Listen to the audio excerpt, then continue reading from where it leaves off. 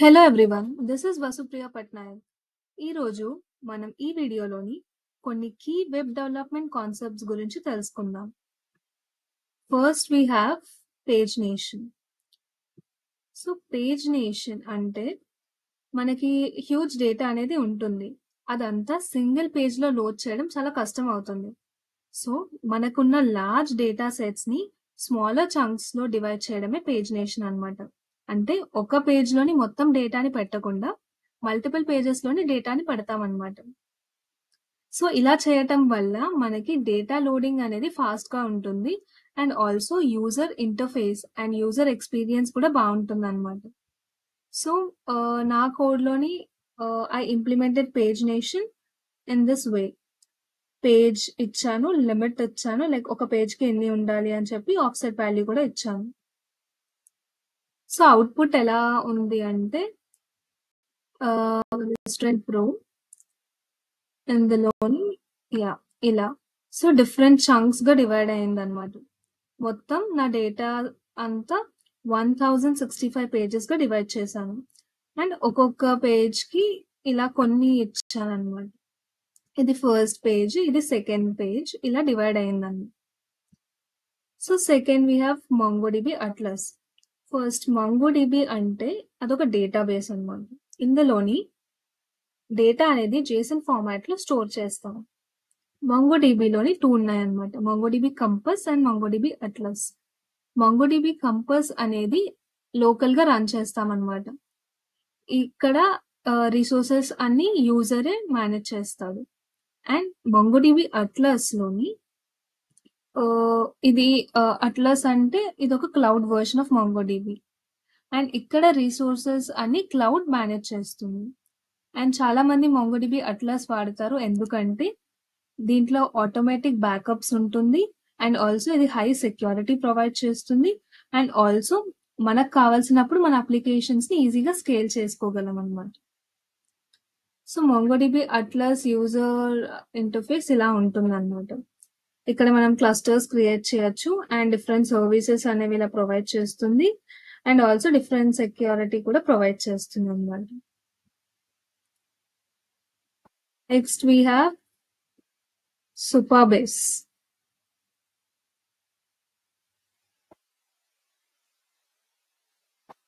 Supabase SQL ఇది ఒక platform అన్నమాట. ఇది ఏం చేస్తుంది అంటే పోస్ట్గ్రీ డేటాబేస్ ని ప్రొవైడ్ చేస్తుంది అన్నమాట.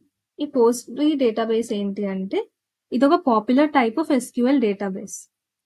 ఈ Supabase అనేది ఓపెన్ సోర్స్ ప్లాట్ఫామ్ అండ్ ఈ Supabase అనేది ఫైర్ బేస్ కి ఆల్టర్నేటివ్ గా యూజ్ చేస్తాం అన్నమాట. ఈ Supabase లోని డేటా అనేది స్ట్రక్చర్డ్ ఫార్మాట్ లోనే ఉండాలి. ఈ Supabase ఎందుకు వాడతారు అంటే రియల్ టైంలోని SQL క్వెరీస్ యూజ్ చేసి మనం డేటాని ఈజీగా మేనేజ్ చేయొచ్చు అండ్ స్టోర్ చేయొచ్చు అండ్ ఆల్సో యూజర్ అథెంటికేషన్ కూడా ఈజీగా మేనేజ్ చేయొచ్చు Supabase లోనే. అండ్ నేనైతే Supabase వాడాను ఈ ప్రాజెక్ట్ కి అండ్ ఆ యూజర్ ఇంటర్ఫేస్ అనేది ఇలా ఉంటుంది. ఆల్రెడీ నేను ప్రాజెక్ట్ క్రియేట్ చేశాను జొమాటో అని చెప్పి. ఇక్కడ డేటాబేస్ లోని I have all this.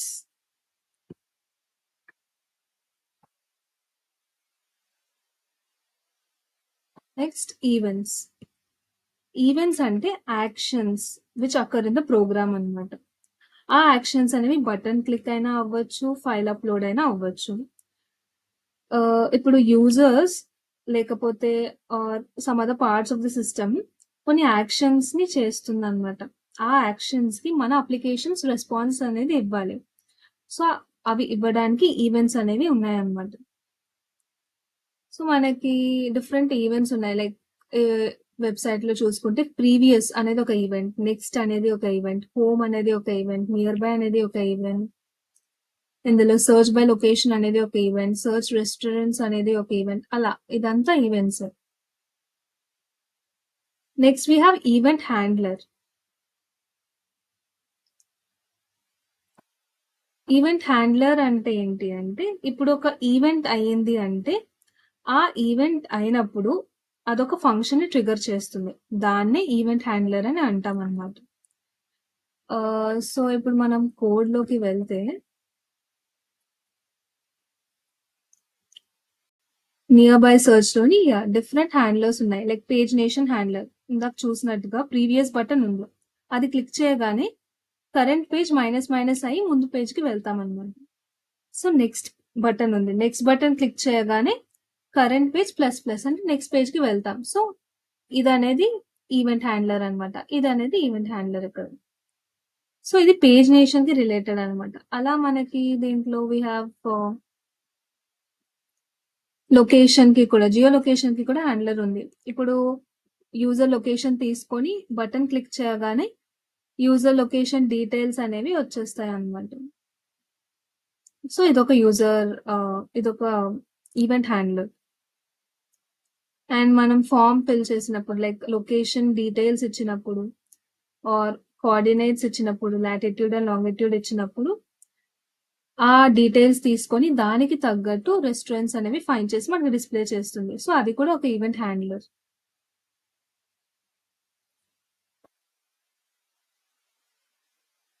Next we have event loop. Event loop అంటే it's a part of JavaScript అనమాట, and also other programming languages. So event loop ఏం చేస్తుంది అంటే పెండింగ్ టాస్క్స్ ఏవైతే ఉన్నాయో వాటిని కంటిన్యూస్ గా చెక్ చేస్తుంది అనమాట. సో బేసికల్ గా ఈవెంట్ లూప్ ఏం చేస్తుంది అంటే జావా స్క్రిప్ట్ టాస్క్స్ ని అసింక్రొనైజ్ గా రన్ అయ్యేలా చూస్తుంది అనమాట. అంటే ఏంటి అంటే మల్టిపుల్ యాక్షన్స్ ని ఒకేసారి రన్ చేయడానికి చూస్తుంది అనమాట. Like if rest of the program ని బ్లాక్ చేయకుండా మల్టిపుల్ యాక్షన్స్ అనేవి అయ్యేలా చూస్తుంది. అంటే ఇప్పుడు లాంగ్ రన్ అప్లికేషన్స్ ఏమైనా ఉన్నాయనుకోండి, like fetching the data. So అది రన్ అయిన టైంలోని మిగిలిన ఆపరేషన్స్ ఆర్ యాక్షన్స్ ని ఆపకుండా అవి ఆటోమేటిక్ గా రన్ అయ్యేలాగా చూస్తుంది. సో మెయిన్ థ్రెడ్ ని బ్లాక్ చేయకుండా చూస్తుంది అనమాట ఈవెంట్ లూప్ అనేది. సో మనకి ఈవెంట్ లూప్స్ మన కోడ్ లో ఎక్కడ ఉన్నాయి అంటే రెస్టారెంట్ ప్లస్ లో ఉన్నాయన్నమాట. Event loop example async function fetch restaurants. So ఈ ఫెచ్ రెస్టారెంట్స్ అనే ఫంక్షన్ కాల్ అయినప్పుడు అది ఎగ్జిక్యూషన్ స్టార్ట్ చేస్తుంది. స్టార్ట్ చేశాక అలా రన్ అవుతూ అవైట్ ఫెచ్ కి వస్తుంది అనమాట. ఫెచ్ అనేది ఒక అసింక్రనస్ ఫంక్షన్ అనమాట. సో అవైట్ ఏం చేస్తుంది అంటే ఈ ఫెచ్ రెస్టారెంట్స్ అనే ఫంక్షన్ ఎగ్జిక్యూషన్ ని పాజ్ చేయమని జావా స్క్రిప్ట్ కి చెప్తుంది అనమాట. సో అంటిల్ మనకి ఒక రెస్పాన్స్ వచ్చినంత వరకు, ఫెచ్ నుంచి మనకు ఒక రెస్పాన్స్ వచ్చాక అప్పుడు ఈ ఫెచ్ రెస్టారెంట్స్ అనేవి పాజ్ నుంచి రెజ్యూమ్ మోడ్ కి వెళ్తుంది, లైక్ ఎగ్జిక్యూషన్ అనేది రెజ్యూమ్ అవుతుంది అనమాట. సో ఈ ఫెచ్ రెస్టారెంట్స్ లో ఈవెంట్ లూప్ ఇలా జరుగుతుంది అన్నమాట. Next we have application life cycle.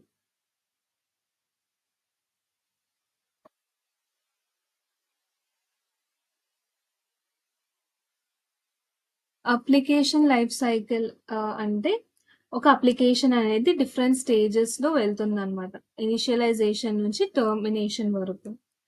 ఇందులో డిఫరెంట్ ఫేజెస్ ఉంటాయి, like loading, running, passing, termination. So ఈ అప్లికేషన్ లైఫ్ సైకిల్ గురించి తెలుసుకోవడం అనేది చాలా ఇంపార్టెంట్, ఎందుకంటే తెలుసుకోవడం వల్ల మనం రీసోర్సెస్ ని ఈజీగా మేనేజ్ చేయొచ్చు, అండ్ ఆల్సో మన అప్లికేషన్ పర్ఫార్మెన్స్ ని కూడా ఆప్టిమైజ్ చేయొచ్చు. Next we have hooks. Hooks అనేవి రియాక్ట్ లోని ఫంక్షన్స్ అనమాట. సో ఇది ఏం చేస్తుంది అంటే ఫంక్షనల్ కాంపోనెంట్స్ లో స్టేట్ అండ్ అదర్ ఫీచర్స్ ని యూజ్ చేయడానికి హెల్ప్ చేస్తుంది అనమాట. ఈ హుక్స్ వాడటం వల్ల మన అప్లికేషన్స్ అనేవి చాలా ఇంటరాక్టివ్ గా ఉంటుంది. కామన్ ఎగ్జాంపుల్స్ ఏమో use state and use effect. Use state ఏంటి అంటే ఫంక్షనల్ కాంపోనెంట్ కి మనం ఒక స్టేట్ యాడ్ చేస్తాం అనమాట. ఆల్సో ఇందులో ఒక వేరియబుల్ క్రియేట్ చేసి దాన్ని అప్డేట్ కూడా చేయొచ్చు అని. ఒకవేళ ఏమైనా చేంజ్ ఉన్నప్పుడు రియాక్ట్ అనేది ఆ కాంపోనెంట్ ని రీరెండర్ చేస్తుంది. యూజ్ ఎఫెక్ట్ ఏం చేస్తుంది అంటే రీరెండర్ అయిన కాంపోనెంట్ రీరెండర్ అయ్యాక వచ్చే సైడ్ ఎఫెక్ట్స్ ని పర్ఫామ్ చేస్తున్నాము. Next we have triggers. Triggers ఏంటి అంటే ఇప్పుడు సర్టెన్ ఈవెంట్స్ అక్కర్ అయినప్పుడు లైక్ డేటాబేస్ లోని ఇన్సర్షన్ కానీ అప్డేషన్ కానీ డిలీషన్ అయినప్పుడు సమ్ యాక్షన్స్ అనేవి ఆటోమేటిక్ గా ట్రిగర్ అవుతాయి అన్నమాట. లైక్ ఆటోమేటిక్ యాక్షన్స్ అనేవి డేటాబేస్ లో అవుతాయి అనమాట. వాటిని ట్రిగర్స్ అని అంటారన్నమాట. ఈ ట్రిగర్స్ ఏమేం చేస్తుంది అంటే రూల్స్ ని ఎన్ఫోర్స్ చేస్తుంది, లాగ్స్ ని మెయింటైన్ చేస్తుంది అండ్ ఆల్సో కొన్ని యాక్షన్స్ ని పర్ఫామ్ చేస్తుంది అనమాట. లైక్ ఒక న్యూ రికార్డ్ డేటాబేస్ కి యాడ్ అయినప్పుడు ఒక మెయిల్ పంపిస్తుంది అనమాట, ట్రిగర్ చేస్తుంది. That's what triggers. Next we have call backs. Call backs ఏంటి అంటే ఒక ఫంక్షన్ ని ఇంకో ఫంక్షన్ కి ఆర్గ్యుమెంట్ గా పాస్ చేయడమే కాల్ బ్యాక్ అనమాట. ఈ కాల్ బ్యాక్స్ అనేవి అసింక్రనస్ ఆపరేషన్స్ అనేవి హ్యాండిల్ చేస్తుంది అనమాట. అసింక్రనస్ ఆపరేషన్స్ అంటే like loading data from the server అనమాట. సో ఇవి మన కోడ్ లో ఎక్కడ యూజ్ చేశారు అంటే నియర్ బై సర్చ్ లో.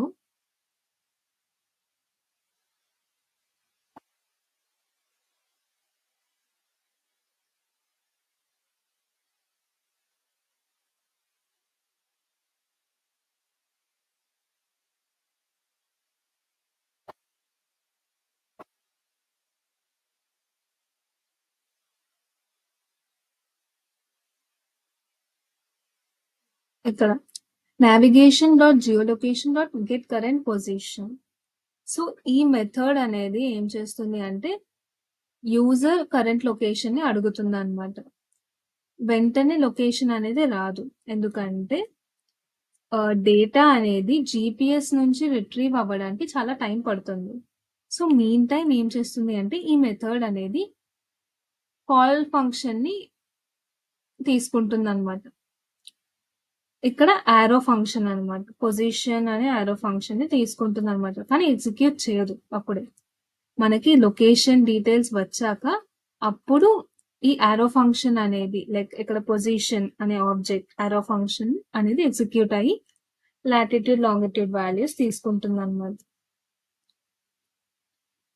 సో ఈ మెథడ్ లోని మనకి ఈ ఆరో ఫంక్షన్ అనేది కాల్ బ్యాక్ ఫంక్షన్ గా యాక్ట్ చేస్తుంది. That's how callback functions work. Next we have register or subscribe. So ఇదంటే ఏంటి అంటే మనం ఒక ఫంక్షన్ ని సెటప్ చేస్తాం సో దట్ ఒక స్పెసిఫిక్ ఈవెంట్ అయ్యాక ఇది అవ్వాలి అని చెప్తాం అనమాట.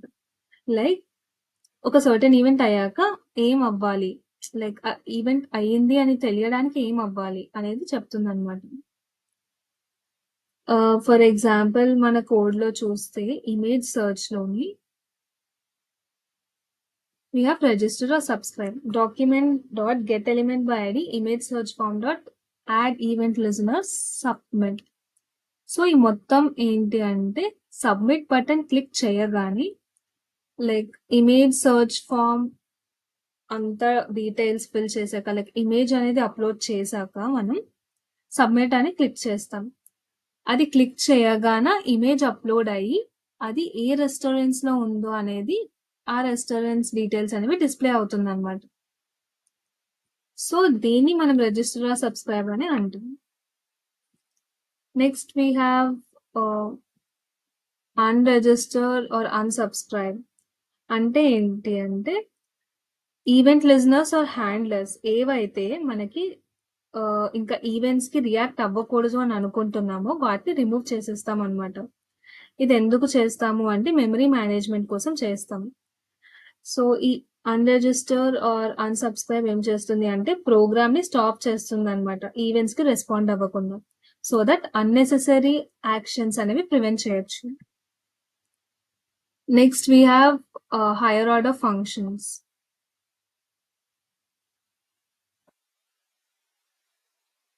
హైయర్ ఆర్డర్ ఫంక్షన్స్ అంటే functions which can take other functions or it returns a function అనమాట యాజ్ అ రిజల్ట్. సో ఈ హైయర్ ఆర్డర్ ఫంక్షన్స్ దేనికి వాడతాము అంటే కోడ్ రీయూజబిలిటీ కోసం వాడతాం అనమాట. ఇందులోని మనం ఫంక్షన్స్ ని హ్యాండిల్ చేయొచ్చు అనమాట. లైక్ ఫంక్షన్స్ క్రియేట్ చేసి డిఫరెంట్ టాస్క్స్ కోసం డైనమిక్ గా హ్యాండిల్ చేయొచ్చు. సో ఈ హైయర్ ఆర్డర్ ఫంక్షన్స్ ఎక్కడ వాడామంటే మన కోడ్ లోని నియర్ బై సర్చ్ లో వాడామన్నమాట.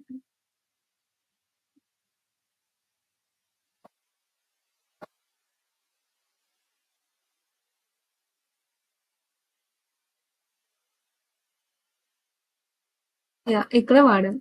document.querySelectorAll.tab button for each.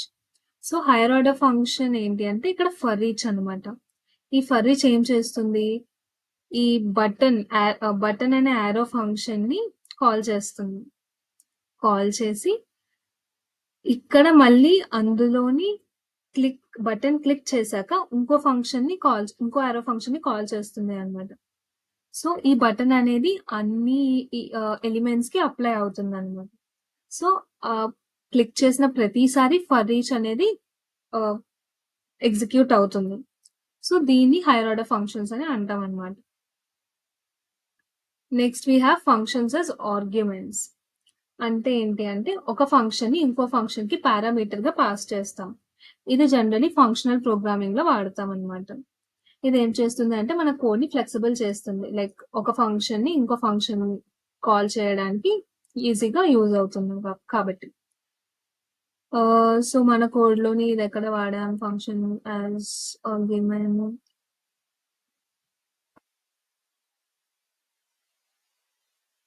ఇక్కడ ఇప్పుడు ఇందులోని లొకేషన్ ఫామ్ అంటే లొకేషన్ డీటెయిల్స్ ఫిల్ చేయగాన, లైక్ లొకేషన్ నేమ్ రేడియస్ ఇవ్వగాన, సబ్మిట్ అనే బటన్ క్లిక్ చేయగాన ఏమవుతుంది, సర్చ్ రెస్టారెంట్స్ అనే ఫంక్షన్ ని కాల్ చేస్తుంది అనమాట.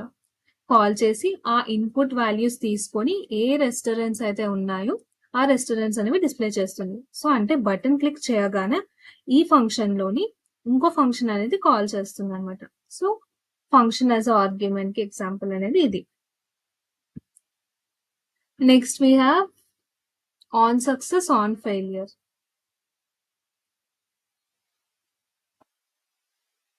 అంటే ఏంటి అంటే ఇవి కాల్ బ్యాక్ ఫంక్షన్స్ అనమాట. నెట్వర్క్ రిక్వెస్ట్ లోని వాడతాం. ఆన్ సక్సెస్ అంటే ఈ ఫంక్షన్ అనేది రన్ అవుతుంది ఓన్లీ వెన్ నెట్వర్క్ రిక్వెస్ట్ అనేది సక్సెస్ అయితే. ఇఫ్ నెట్వర్క్ రిక్వెస్ట్ అనేది ఫెయిల్ అయితే ఆన్ ఫెయిలియర్ అనే ఫంక్షన్ రన్ అవుతుంది అనమాట. ఏం చేస్తుంది అంటే సర్వర్ నుంచి వచ్చే రెస్పాన్సెస్ ని హ్యాండిల్ చేస్తుంది. అండ్ ఆల్సో ఈ on success and on failure అనేవి తర్వాత ఏమవుతుంది అనేది డిసైడ్ చేస్తుంది అనమాట. లైక్ వెదర్ డేటా లోడ్ అవుతుందా లేకపోతే ఎర్రర్ వస్తుందా అనేది డిసైడ్ చేస్తుంది. సో మన కోడ్ లోని మనం